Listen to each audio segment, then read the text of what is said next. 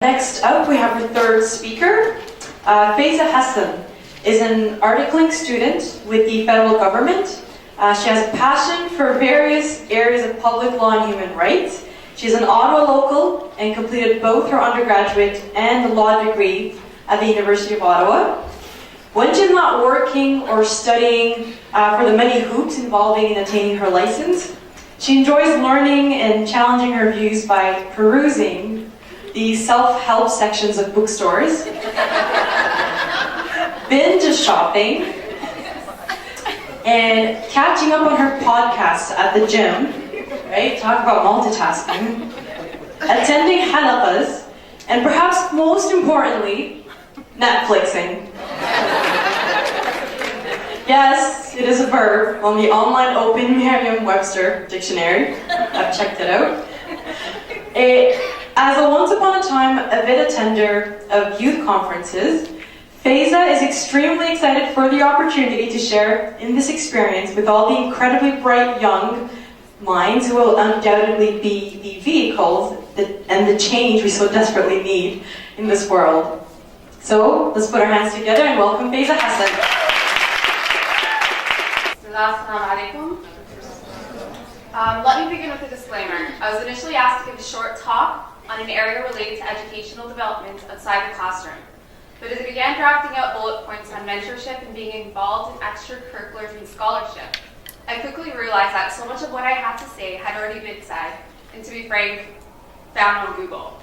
So instead I chose a topic that I hope is not only relevant, but that you'll find challenges your current perceptions and perhaps leaves you even a little more uncertain than you were when you got here, because it's in discomfort and tension where the opportunity for meaningful growth exists. So that being said, my topic for the next few minutes will be on crafting a professional identity and what that means for you at this stage in your life.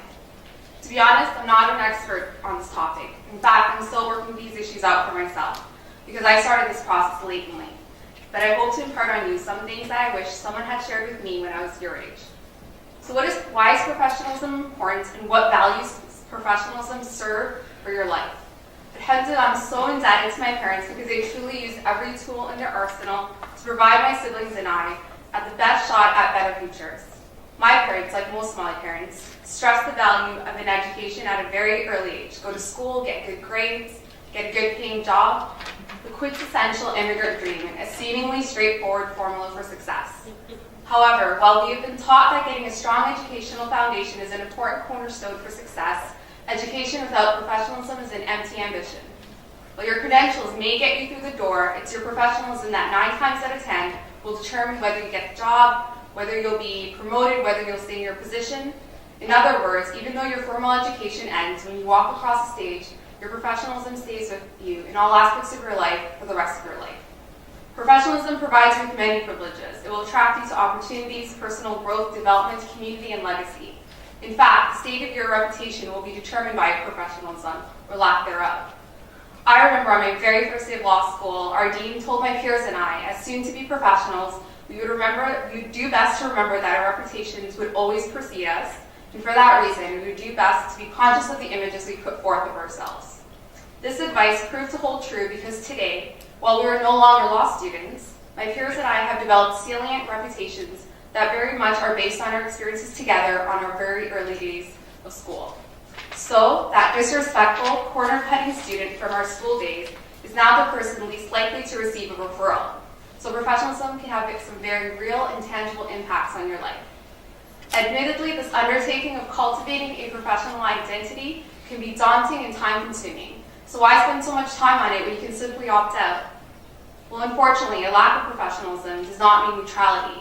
It is still inherently an expression of who you are, an expression that you are projecting to the world. So while it's important to remember that there are many motivating factors for being professional and maintaining a professional attitude at all times, you must also be alive to the fact that when you actively disregard your professionalism altogether, this communicates that you are not to be trusted, that you are not worthy of consideration, and not competent.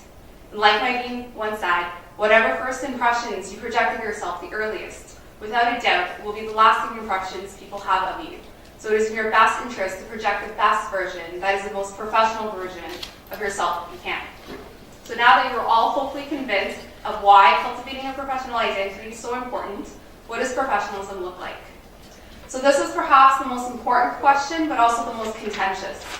When I started working on this section of my talk, I struggled. I thought, you know what, they're young, they're idealistic, and I use that word intentionally. Why burden them with the ugliness that is reality so early in their careers? Write something flowery, write something light instead. But after further thought, I decided against it, and I'll tell you why. Because you are unquestionably bright, critical, and resilient young people. And if you haven't already, you'll already find out that the world is what it is. And for that reason, honesty is the best service I can provide to you now.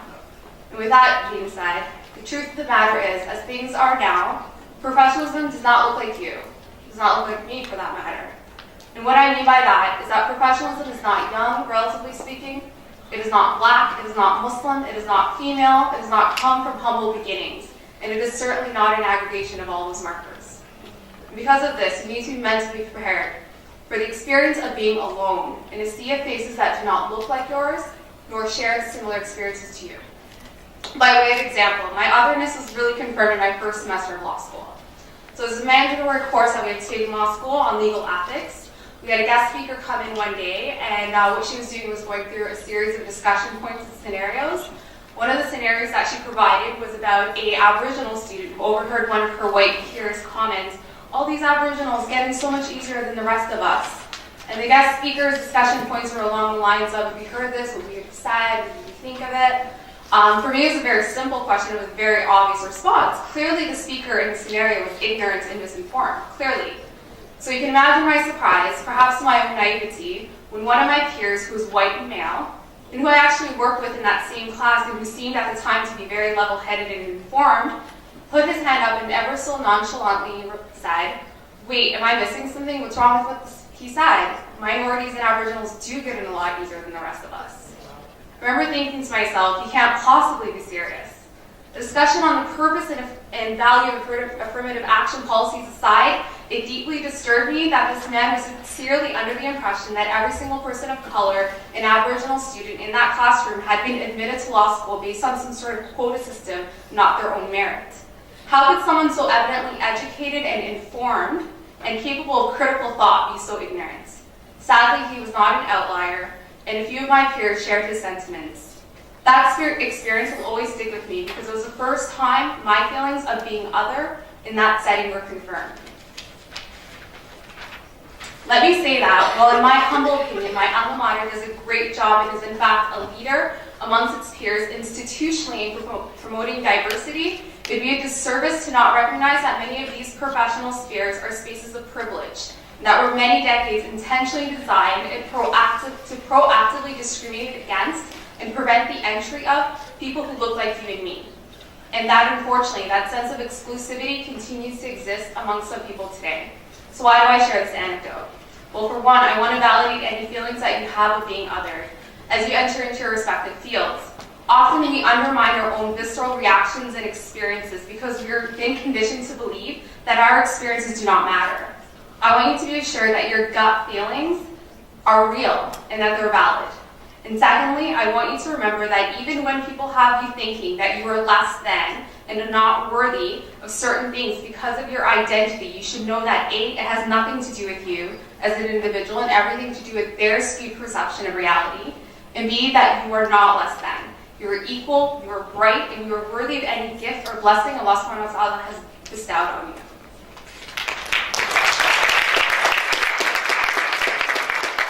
Okay, so now finally the question of the hour. How can you, a young Somali Muslim male or female, manage yourself in this environment? How exactly do you cultivate a professional identity? So first off, take whatever I say with the caveat that your experience will differ based on context, whether you're male or female, whether you're identifiably Muslim or not, etc., so on and so forth. But in my opinion, there are some universal things that you can keep in mind. First and foremost, know that perception is everything.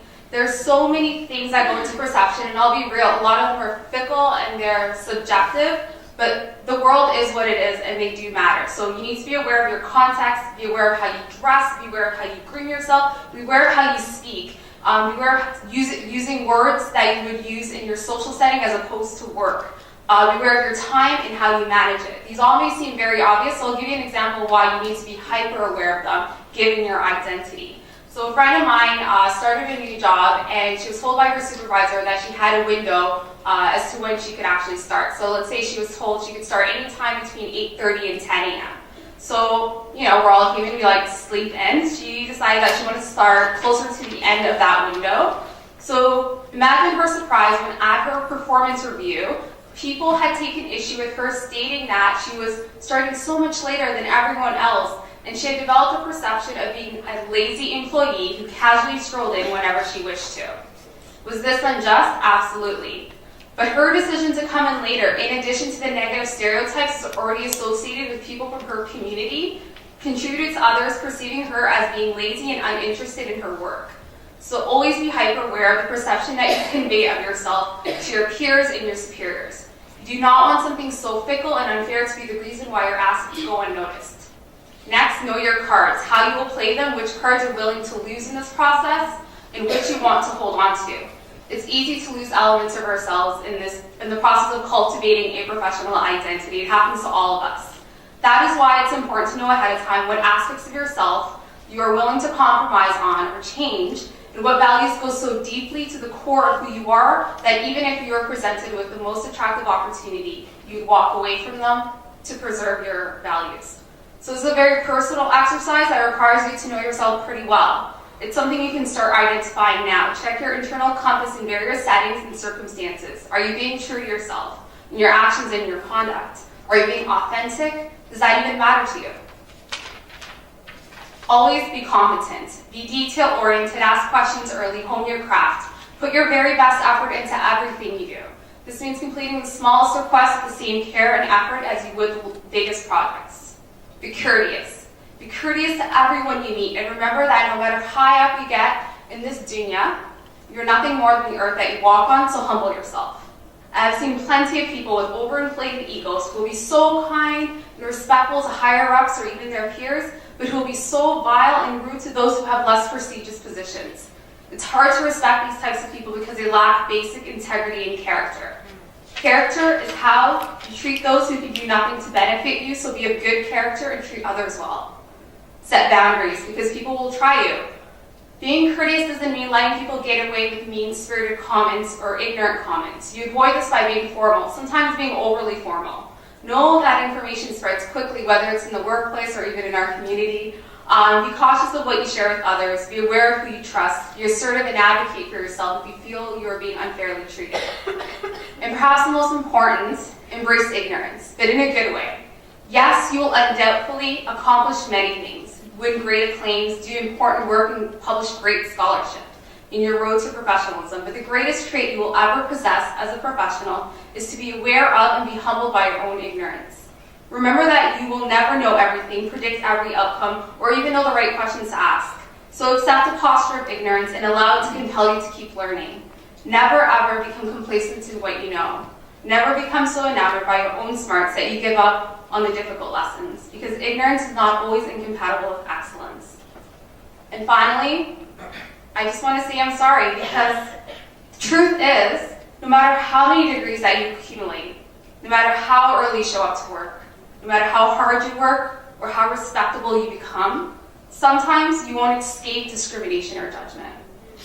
And just like that episode of Fresh Prince, where the police officer pulled over Carlton while he was driving a fancy car, despite his proper English, fancy prep school education, and nice clothing, and he learned that, despite his respectability, that he could not escape discrimination, you won't be able to insulate yourself from discrimination either. So don't do it for that reason. Do it for yourself instead. Do it for your community. Don't get disheartened and give up when you've done everything the right way and still face obstacles. Persevere instead. So to close off, I want to briefly touch on the importance of reaching back in mentorship. I've had the great privilege of having met some amazing mentors in my process of cultivating a professional identity. My mentors are who I lean on when I face obstacles. They're who I consult with strategy, who I share my successes with. Having mentors will make this process less painful because knowing that there are individuals who face the same issues in triumph is reassuring. I always say this, but I cannot reiterate enough that you should not have any preconceived notions of who your mentors will be. Some of my greatest allies have come from very dissimilar lived experiences to me, so look for empathy and be empathetic instead to those who are most different from you. The theme of this conference is examining the gaps of education, the education system for Somali-Canadian youth in Ottawa. So it seems fitting to reference Dr. Carter G. Woodson, a prominent African-American history scholar who wrote extensively on the impacts of mainstream education on the psyche of African-American students. So I quote him. This is a really excellent book that I actually recommend that he wrote called The Miseducation of the Negro, when he says, if you can control a man's thinking, you do not have to worry about his action. When you determine what a man will think, you do not have to concern yourself with what he will do. If you make a man feel he's inferior, you do not have to compel him to accept an inferior status, for he will seek it himself. If you make a man think that he is justly an outcast, you do not have to order him to the back door. He will go without being told. If there is no back door, he will build one. His very education demands it.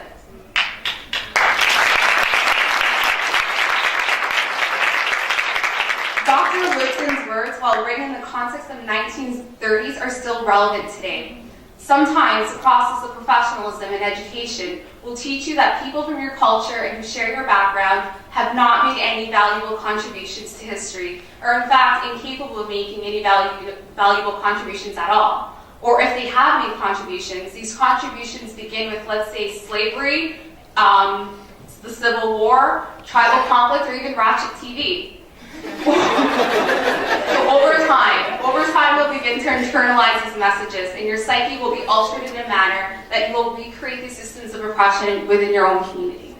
For example, how many times have we prepared to attend an event organized primarily by a minority group and thought to ourselves, oh, I'll show up just a little bit later because they'll probably be running on immigrant standard time anyways. As if there's something intrinsically tied to their DNA that makes them incapable of starting on time, and therefore permits us to disrespect the events by showing up late. Reject these false depictions. Do not create a backdoor for yourself or oppress others by sending them to it.